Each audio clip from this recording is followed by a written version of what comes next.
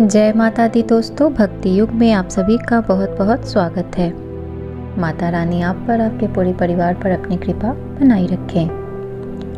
दोस्तों, आज मैं सुनाने जा रही हूँ राधा और कृष्ण की कहानी। राधा और कृष्ण की ये जो कथाएं हैं, कहानियाँ हैं, ये तो बहुत सारी कथाएं और कहानियाँ हम सभी ने सुनी है। तो उसमें से एक खंड उनकी कहानियों की ये भी है। सतयुग और त्रेता युग बीतने के बाद जब द्वापर युग आया तो पृथ्वी पर झूठ, अन्याय, असत्य, अनाचार और अत्याचार होने लगे और फिर प्रतिदिन उनकी अधिकता में वृद्धि होती चली गई। अधर्म के भार से पृथ्वी दुखित हो उठी। उसने ब्रह्मा, विष्णु और शिव के पास पहुंचकर प्रार्थना की कि वे उसे इस असहनीय भार से मुक्त करें। लेकिन वे तीनों ही पृथ्वी को इस भार से मुक्त करने में असमर्थ थे। कोई उपाय न देखकर विष्णु ने कहा, चलिए हम लोग भगवान के पास चलें, वही हमें कोई उपाय बता सकेंगे। विष्णु, लक्ष्मी, ब्रह्मा और शिव के साथ गोलोक में पहुँचे तो उन्होंने परब्रह्म परमेश्वर को कृष्ण के रूप में और उनकी माया को राधा के रूप में देखा। गोलोक में वृंदावन नामक सुंदर और सुरम्य वन में एक सुंदर आश्रम था। उसी के निकट एक नदी बह रही थी।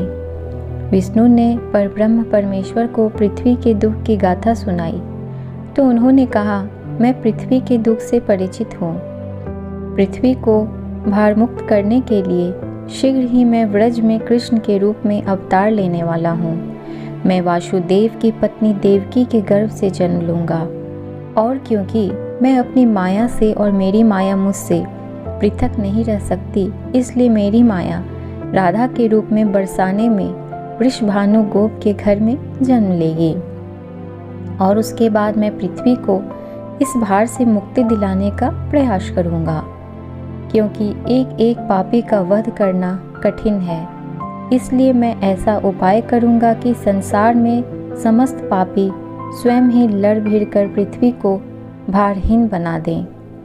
आप लोग निश्चित होकर अपने अपने को पधारिए और मेरे आदेशों की प्रतीक्षा कीजिए।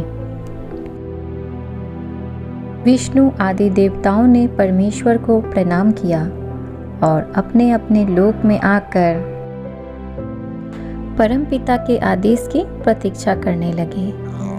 कुछ समय बाद ही अत्याचारी और अनाचारी मथुरा नरेश कंस के कारागार में बंदी वासुदेव की पत्नी देवकी ने एक बालक को जन्म दिया। बालक के रूप में जन्म लेने से पूर्व ही भगवान ने उन्हें अपनी योजनाएं बताते हुए आदेश दिया था कि वासुदेव जी उन्हें गोकुल में नंदगोप की पत्नी यशोदा के पास छोड़ आए और उसी समय उनके गर्भ से जन्म लेने वाली कन्या को लाकर कंस के हवाले कर दे। वह कन्या मेरी योग माया है। वासुदेव ने ऐसा ही किया और कृष्ण गोकुल में नंदगोप की पत्नी यशोदा की गोद में पलने लगे। उसी समय उनकी माया ने भी राधा के रूप में बरसाने के वृषभानु गोप की पत्नी के गर्भ से जन्म लिया, जिनका नाम माता पिता ने बड़े चाव से राधा रख दिया। दो अलग अलग गांव में रहते हुए भी राधा और कृष्ण बचपन से ही एक दूसरे को चाहने लगे थे। वन में गाय चराते हुए अक्सर राधा से कृष्ण की भेंट हो जाया करती थी। फिर जब वे दोनों बड़े हो गए तो जब भी रात की बेला में कृष्ण अपनी बांसुरी के स्वरों द्वारा अपनी प्रियतमा राधा को पुकारते, राधा अपनी सहेली गोप बालाओं के साथ कृष्ण के पास पहुंच जाती। राधा और कृष्ण का यह प्रेम दो किशोर लड़के लड़की का प्रेम था, जो थोड़े से दिनों में ही पूरे ब्रज में चर्चित हो गया। नंद बाबा और यशोदा ने चाहा कि कृष्ण का विवाह राधा के साथ कर दिया जाए। उधर बरसाने में वृषभानु और उनकी पत्नी कलावती की भी यही इच्छा थी। एक शुभ दिन देखकर राधा और कृष्ण की सगाई कर दी गई। पूरा ब्रज प्रदेश आनंदोल्लास भरे उत्सवों से भर गया, लेकिन उन दोनों का विवाह नहीं हो पाया था कि कंस के आदेश पर अक्रूर कृष्ण को बुलाने के लिए मथुरा से वृंदावन पहुंच गए और अत्याचारी कंस और राक्षसी स्वभाव वाले उनके अनुचरों का वध करने के लिए कृष्ण को बलराम के साथ वृंदावन छोड़कर मथुरा जाना पड़ा।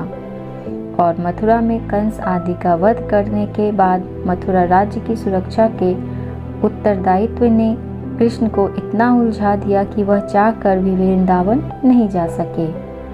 अपने जमाता कंस के वध का बदला लेने के लिए उसके ससुर जरासंध ने अपनी विशाल सेना के साथ मथुरा को घेर लिया, लेकिन कृष्ण और बलराम ने अपने पराक्रम से जरासंध और उसकी विशाल सेना को पीठ दिखाकर भागने पर विवश कर दिया था। लेकिन जरासंध पराजित होकर भी शांत नहीं बैठा। उसके कई बार मथुरा पर आक्रमण किए। मथुरा एक छोटा सा राज्य था और मथुरा नगर को सुरक्षित स्थान पर नहीं बसाया गया था। अतः कृष्ण ने मथुरा छोड़कर अन्य कहीं जाने का निश्चय कर लिया और जरासंध की विशाल सेना के बीच से मथुरा वासियों को सुरक्षित निकालकर हजारों योजन दूर भारतवर्ष के पश्चिम सागर तट पर ले गए और द्वारका नगर की स्थापना करके एक शक्तिशाली यादव राज्य स्थापित कर दिया।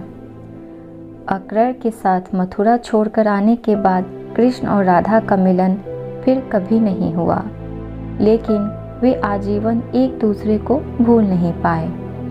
वैभव संपन्न द्वारिका में अनेक सुंदर पत्नियों का प्यार पाकर भी वह राधा के प्यार को नहीं भूल पाए और संसार आज भी राधा कृष्ण के प्रेम को एक आदर्श प्रेम के महान तथा अमर प्रतीक के रूप में याद करता है।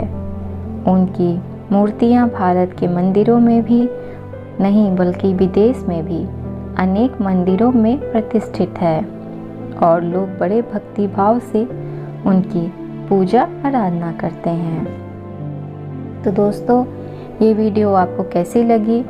अगर आपको मेरी वीडियो अच्छी लगी हो तो मेरी वीडियो पे एक लाइक ज़रूर दें और अपने दोस्तों के साथ ज़रूर शेयर करें।